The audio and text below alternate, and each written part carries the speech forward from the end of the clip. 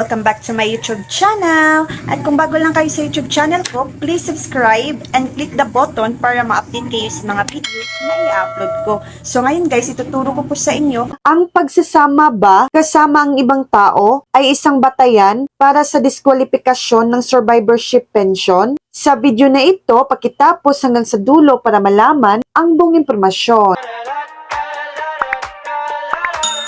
Ang sagot po nito, hindi. Ang pagbabayad ng survivorship pension ay hindi ititigil kapag ang naulilang asawa ay nagsama-sama. Ang muling pag-aasawa lamang ang batayan para sa diskwalifikasyon. Ang lumang patakaran na nagdiskwalipika sa mga asawa dahil sa pagsasama ay binawi na. Ang pagsasama ay hindi na batayan para sa diskwalifikasyon. Ang bagong patakaran ay retroaktibo na nagpapahintulot sa pagbabalik sa dating diskwalifikasyon ng mga asawa at pagbabayad ng naantalang pensyon. So yan lang po ang latest update.